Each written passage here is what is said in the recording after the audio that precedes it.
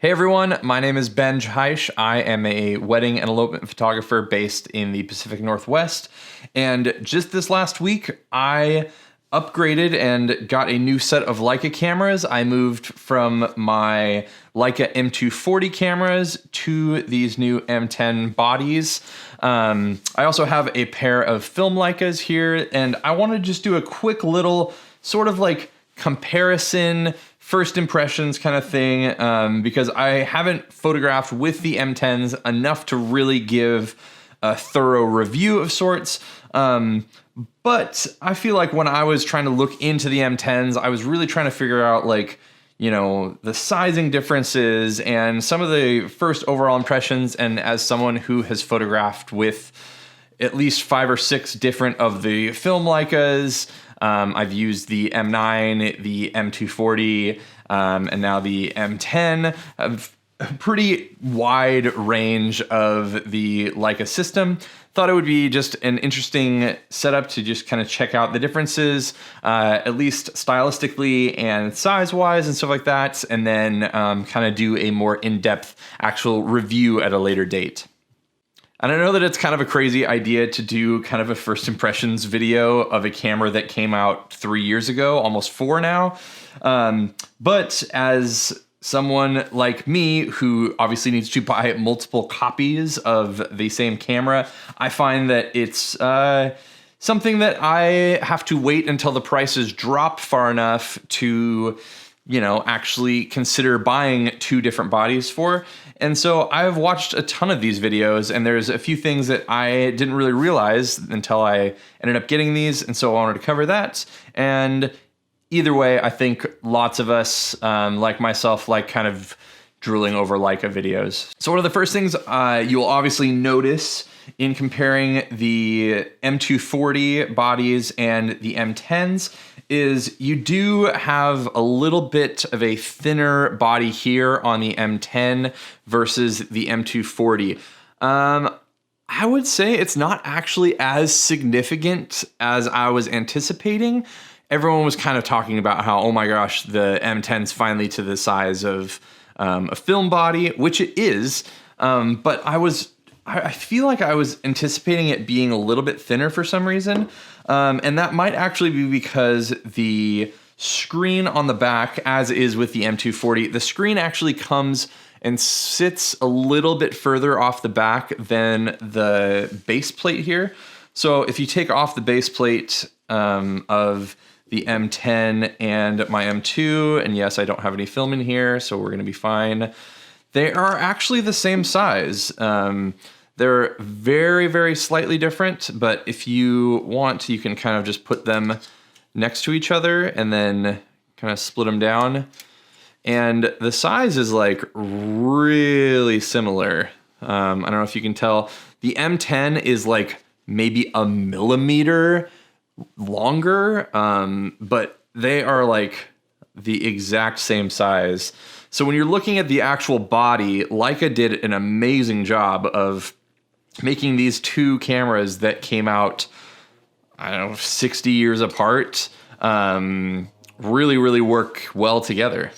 One of the next cool little features that I found to be cool, but I'm really interested to see how it's going to work in practice, is this little ISO dial on here. So to activate the ISO dial on the Leica M10, you pop this thing up and then you kind of move down, to whatever particular ISO you have. And that again is another kind of like nod to the original M series of the M3 and the M2. And I believe the MP and the MA also have this. But this is where it's like the little rewind knob. And so they really kind of did a cool little design combo here of finding a way to incorporate something from their classic M bodies into something that's useful. I think it's really cool. I'm worried that it's going to be a bit of a kind of novelty. Because as I'm photographing maybe a wedding, it might be annoying to try to like stick my fingers in here and pop this up. And I've considered maybe moving it and just leaving it here, but then that also worries me that it might get knocked and broken if it's stuck in this spot. You can also stick it to manual, and then you can jump into the menus. But one of the things that is a little bit different between the M10 and the M240 is you have 6 different buttons on the back of the M240 and then only 3. So the live view, the play, and the menu are the same, but then there's the delete button, the set button, and the ISO button that the M240 has. I kind of wish there was still an ISO button on here, just because that might be a little bit easier of a setup kind of thing. I'm used to it, but we'll see if that is something that is kind of annoying, because popping this thing up isn't exactly easy, so it might be something that gets a little bit troublesome, but hopefully that's just a quick learning curve kind of thing. Another thing that I wasn't really thinking about, and I never really, I guess, noticed that much, is that the black M240 is actually black paint. So it's like the classic like MPs and the original like M2s that were black paint and stuff like that. So you get that really cool like brassing, and the wear on these just looks really cool. And it's kind of got like a semi-gloss kind of a look to it that feels a lot more kind of like higher end. And then on the M10, you have this like matte finish, which also looks really cool. And it's also very kind of like reminiscent of the material that my M6 is made out of. So it's kind of like definitely a mix between the, you know, the M6 and the M240. I do think that the black paint just looks cooler. And so same thing with this, like the wear on the M6, where like the strap lugs have been, and the places where it's getting worn, just like don't wear as cool as the black paint with the brass underneath. You can see kind of like that brassy color coming out. So I think that maybe this is going to wear better over time and not as obvious as a black paint, but I do kind of wish that, you know, maybe at least in the MP models or something like that of the M10, you would have something like that, you know, available, because the black paint just looks so good. Another random thing that I didn't really think about at all, but on the M240, you don't actually have your frame line selector. So although, you know, they're just kind of, they're not actually moving physical things like in the M3 or the M2 or the M6. You have those illuminated frame lines in the viewfinder, and you can actually switch through them on the M10 by moving this little frame line selector back and forth. The M240 didn't have that available at all. So if you, let's say you were shooting with a 28 and you wanted to see what the 50 would look like, you can just pop it over if you don't already have that idea in your head, which is kind of nice. I rarely use that in the M2, the M6, but it's kind of a nice feature, and it's part of another little kind of thing that just, you know, is classic about these cameras, and I don't know, it looks kind of cool. One other obvious little thing is that the M10 doesn't have a movie mode.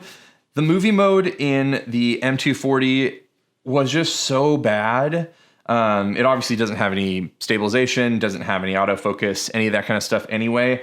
But the JPEGs out of the M240 are kind of what the video looked like. And the JPEGs have like no dynamic range. They're way too contrasty. They're basically just hot garbage. And so the video quality out of this then at the same time was also garbage. So you're not going to see this little movie button here, which actually kind of, I never really noticed, lines up with this, you know, film, whatever counter dot that's here to kind of indicate where you are on the Leica M2. So it's kind of cool that it's in the same spot, but it's just something that was like completely worthless for me. You know, you have these little dots on the top here of the M240 for the microphone. I like having hybrid cameras and stuff like that, but there's just no reason for these cameras to have any video. Buy an SL2 or an EOS R or any other actual video camera if you want to do any sort of video work. There's yeah, these are bad. Don't use video on them. So definitely don't need those there. The other difference, which is an upgrade for the M10, is the viewfinder. You'll be able to see actually that the hole for the viewfinder is a lot bigger on the M10. So it's something that when I picked it up, I didn't actually really notice, and I forgot that it was a feature. But when you kind of like put it up to your eye, and then you put the M10 up to your eye, you go, oh yeah, I guess it's a little bit bigger. So we'll see what it feels like in practice. I don't actually remember what the viewfinder magnification differences are between the two, if there are any. I will say that wearing glasses with these, any of these little viewfinders are kind of hard with the wider lenses like 28s and stuff. And I can't really see the full frame line on a 28. So I'm just someone that kind of just knows my focal lengths at this point, and I don't really worry about it too much. But that is something that's an upgrade on the M10, that the viewfinder is actually a little bit bigger. And then one of the last things that was a little bit surprising, I feel like, because on the M10, you have such a smaller battery. The M240, you just have this chunk of a battery. It's, you know, twice the size almost of the M10. So this is the M10 battery and this is the M240 battery. They are the same kind of like height this way, but in terms of size this way, the M240 battery is enormous. I'm assuming that's definitely part of, you know, making this body a little bit smaller on the M10.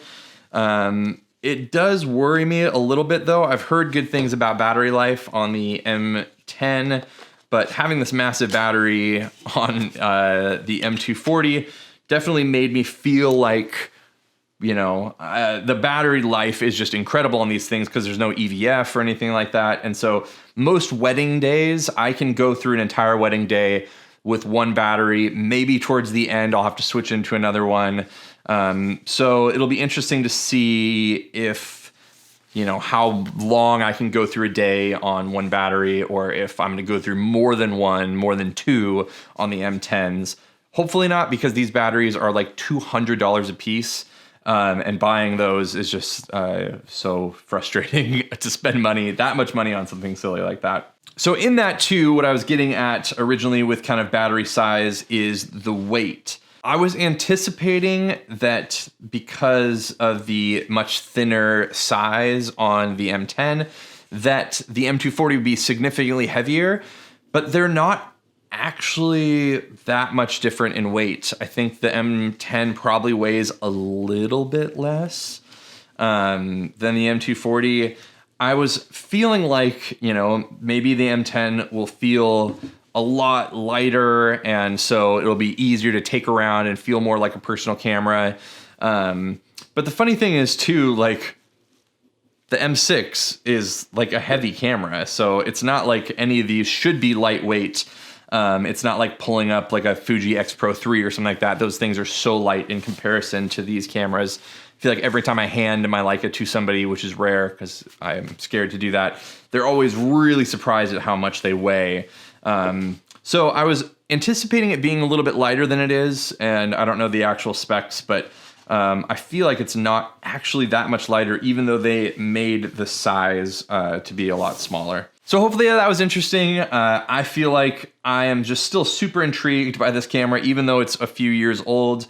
I've just wanted the M10 ever since they announced it, and now that the prices are still absurdly high, but at a level where I was able to buy a couple, it made me feel a little bit better about that. I'll also do a review soon, probably of the M10 in general, and then most likely a review comparing the two cameras between the M10 and the M240, because I know a lot of people who might be thinking about getting into a digital Leica or just a Leica in general are probably going to want to know the differences.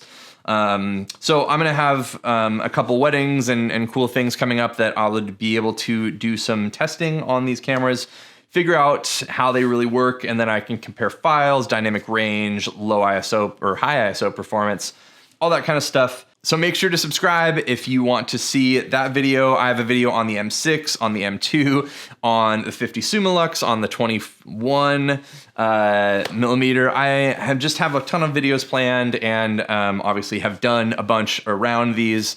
So if you are into Leica cameras, subscribing would be a pretty good idea. So thanks for watching, and I will see you guys in the next one.